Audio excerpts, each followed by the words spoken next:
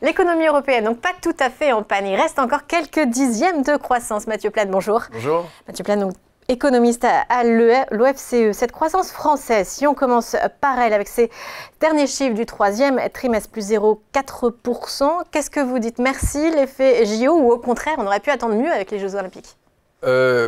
Disons que merci les JO, on s'y attendait. En fait, finalement, 0,4 est plutôt bienvenu quand on regarde au niveau de la zone euro. Mais ça reste effectivement assez modeste si on enlève l'effet JO. L'effet JO fait plus de la moitié. Donc merci quand même l'effet JO. Merci l'effet JO. Je dis heureusement qu'il y a eu un effet JO. Oui. Heureusement quand même. Par contre, il y aura un contre-coup au quatrième trimestre parce que comptablement, en fait, c'est assez simple. C'est que l'effet JO, il est issu essentiellement des effets de la billetterie et des droits télé. Et tout ça est enregistré au troisième trimestre. Or, cet effet-là est essentiellement et même intégralement ponctuel, n'aura pas lieu au quatrième trimestre, donc en fait, on va avoir un contre-coup. Plus faible. Forcément, c'est de la croissance, donc on va revenir au PIB d'avant JO, et donc on doit s'attendre à un T4 autour de 0%.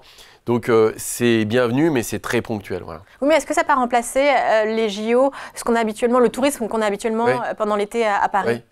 L'effet tourisme a été très faible apparemment. Ce qu'on voit, c'est pas forcément l'hôtellerie-restauration qui n'a pas forcément beaucoup cru pendant cette période-là. C'est beaucoup des effets de service et voilà, d'encaissement sur service aux ménages ou service aux entreprises. Il y a ces effets billetterie. Et donc en fait, l'effet tourisme, il est un peu compliqué parce que même s'il y a eu des touristes supplémentaires grâce aux JO, il y en a d'autres qui ne sont pas venus parce qu'il y avait les JO. Et donc l'effet net, il est assez compliqué. Il n'est pas si évident que ça. Mais habituellement, chaque année, on a forcément on a un troisième trimestre très impacté avec l'été sur le tourisme et un quatrième trimestre plus faible. Alors, normalement, même c'est sûr, dans les statistiques, elles sont corrigées en fait de ces effets-là. En fait, elles sont ce qu'on appelle corrigées des variations saisonnières, parce que sinon on aurait des effets de volatilité très forts. Donc en fait, on regarde par rapport normalement plutôt à l'année précédente sur le troisième trimestre, et donc c'est plutôt ça qu'on regarde s'il y a eu un supplément d'activité ou pas. Et donc là, la perspective pour la fin de l'année, le 1% de croissance sur l'ensemble de l'année, vous y croyez encore? La Banque de France, par exemple, dit non. Alors, sur l'ensemble de l'année 2024, c'est 1,1% en fait qui est attendu parce qu'on a déjà un acquis à 1,1%. C'est-à-dire que même si on a un quatrième trimestre à 0, on aura quand même 1,1. Donc, j'allais dire, 2024, il n'y a pas tant d'enjeux que ça. C'est vraiment 2025. Et là, 2025, alors, 2025, nous, on est à 0,8. Sachant que le gouvernement est à 1,1, la Banque de France est un peu au-dessus. Et en fait, les éléments qui vont être importants à suivre, c'est les politiques macroéconomiques, soit la politique budgétaire. Et là, pour le coup, on a un tournant important, on le voit bien avec le projet de loi de finances. Nous, à l'OFCE, on anticipe un effet de la politique budgétaire dite restrictive, parce qu'on a de la consolidation, qui enlèverait 0,8 points de croissance. Oui, forcément, ça pèse sur la demande, ça pèse forcément, sur la hausse d'impôts, la réduction de dépenses, effectivement, c'est moins de transferts vers l'économie, c'est moins de soutien à l'activité. Donc la politique budgétaire, qui était un soutien très fort à l'activité jusqu'à présent, va devenir restrictive. Par contre, à l'inverse, c'est la politique monétaire qui, pour le coup, amputait la croissance jusqu'à présent avec la remontée des taux.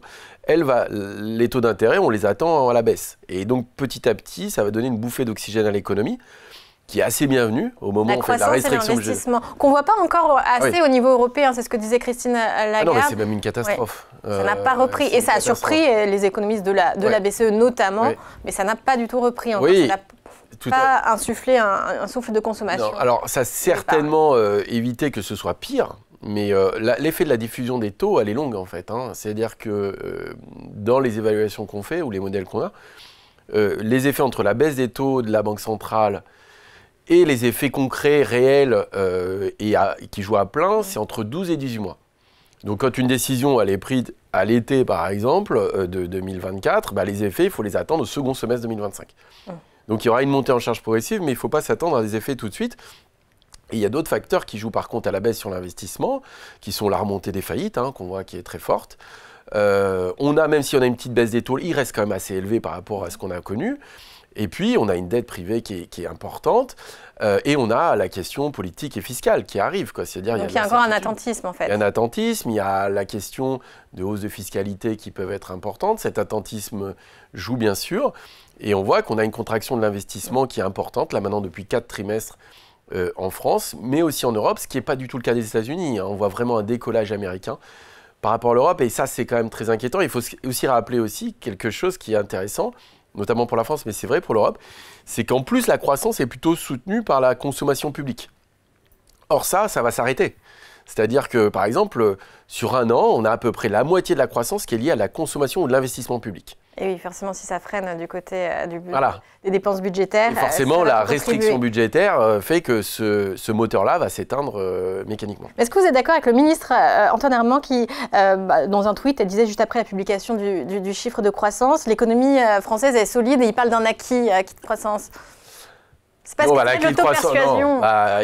Oui, enfin après, c'est souvent, effectivement, soit c'est du volontarisme, soit de l'optimisme, je ne sais pas. En tout cas, la situation est assez inquiétante.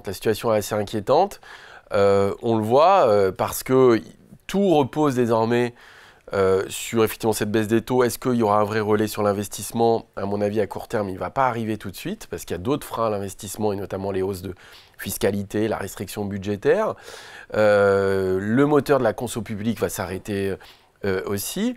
Donc, au fond, il reste la consommation des ménages. Et en fait, tout repose sur le fait que les ménages réduiraient leur taux d'épargne. C'est-à-dire qu'aujourd'hui... Ça, c'est de la confiance. Alors, il y a plein d'éléments. Il y a plein d'éléments qui sont un peu compliqués, mais aujourd'hui, on a un taux d'épargne à 18%, ce qui est très élevé. Alors, on peut le voir de deux côtés. C'est à la fois une mauvaise nouvelle, parce qu'il est très élevé. La bonne nouvelle, c'est que s'il baisse, ça va nous faire de la croissance. La question, c'est est-ce qu'il va baisser? Et donc, si ça baisse, on a un petit rebond de la consommation des ménages là, sur ce trimestre-là. La question, c'est si le moteur de la consommation ne repart pas avec la baisse des taux d'épargne, la croissance va être déjà attendue très faible pour être proche de zéro, quoi. Ouais, plus et ça, c'est très embêtant, quoi. L'Allemagne, croissance à plus 0,2%. Où est-elle allée chercher ces dixièmes de croissance qui lui ont empêché la récession technique et qui n'étaient pas attendues, visiblement? Oui, alors il y a eu un petit rebond. Alors il faut faire attention dans le chiffre allemand parce que le rebond de 0,2, qui est quand même extrêmement limité quand même, arrive après une révision du deuxième trimestre plus basse que prévu. On a fait moins 0,3. Donc l'Allemagne, en fait, sur le trimestre, fait 0, en fait. Et ce qui est encore plus inquiétant du côté allemand, c'est que si on regarde le niveau d'activité en Allemagne aujourd'hui par rapport à celui qu'il était pré-Covid, qui est quand même une référence par rapport aux différents chocs qu'on a connus. En 2019, ouais. Fin 2019, exactement, c'est 0. C'est-à-dire que le PIB allemand est au même niveau que fin 2019. Le PIB américain, il est 13% au-dessus. 13% au-dessus, la France est autour de 4%. Ça vous montre en fait la dérive des continents qu'on connaît. C'est-à-dire qu'on a une économie américaine qui a une croissance ultra dynamique, qui investit. On le voit d'ailleurs, il y a la question de l'intelligence artificielle, des data centers aujourd'hui qui tirent la croissance. Un taux d'épargne très bas. Les ménages américains ont un taux d'épargne à 4,5. Ah, mais les consommateurs ont le moral et ils consomment. Voilà. Donc, et par contre, ils ont du déficit. Et il y a de l'emploi aussi. Et de l'emploi. C'est-à-dire que la stratégie américaine, c'est pas du tout une stratégie budgétaire. C'est une stratégie de croissance, c'est une stratégie de plein emploi, c'est une stratégie d'investissement, ce qui a posé la question même, peut-être à un moment donné, de la question de la soutenabilité de la dette et des déficits, mais ils ont le dollar. Oui. Alors que nous, l'Europe, c'est tout l'inverse. C'est-à-dire qu'on regarde les déficits, en fait, au niveau français, ils ne sont pas bons, c'est sûr. Au niveau européen, on est proche des 3%. On a un taux d'épargne qui est gigantesque au niveau européen, on est à plus de 15%. On a plutôt des excédents commerciaux. Et en fait, même si l'Europe décroche, les politiques économiques ne changent pas. Oui, mais sur les marchés, on ne le paye pas non plus très cher. Si on regarde le taux de dette, le taux 10 ans français est toujours au taux de 3%, mais le taux allemand, il n'est pas du tout. Effectivement, le taux reste... alors, il y a un petit spread quand même qui existe pour la France avec une petite prime de risque. Et c'est plutôt qu'on voit que l'Allemagne, on parle de l'Allemagne ou de la France. Alors la France, c'est une situation budgétaire qui est bien plus dégradée quand même, et donc on va avoir cet effet de consolidation budgétaire, mais y compris l'Allemagne, qui a quand même des capacités budgétaires gigantesques, qui est en quasi-récession, ne profite pas de cette situation-là pour relancer son économie. Et c'est demandé, Christine Lagarde a fait un appel, alors elle n'a pas cité directement l'Allemagne, mais quand même elle a été visée effectivement à redémarrer par le biais des dépenses publiques. C'est-à-dire que s'ils n'utilisent pas leur capacité fiscale et budgétaire, quand est-ce qu'ils vont l'utiliser? Les Américains sont à 8% de déficit, ils sont en plein emploi ou quasiment, avec une croissance très dynamique, et leur programme économique, que ce soit Harris ou Trump, c'est effectivement pas du tout une question budgétaire. Donc c'est priorité, soit à la baisse de fiscalité, soit à de l'investissement, qui pose quand même la question budgétaire pour le coup. Mais à 8% de déficit, ils parlent de programme de relance.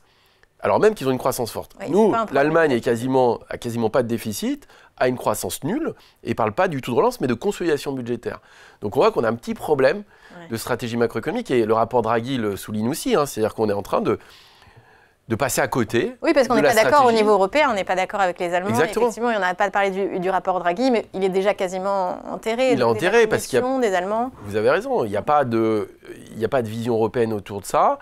C'est une vision un peu, j'allais dire, obsolète en fait, de la gestion de l'économie, que ce soit sur les politiques monétaires ou budgétaires. On n'utilise pas cet espace fiscal européen pour relancer l'économie européenne avec un autre plan de relance européen, quand la Chine, les États-Unis mettent le booster, quoi.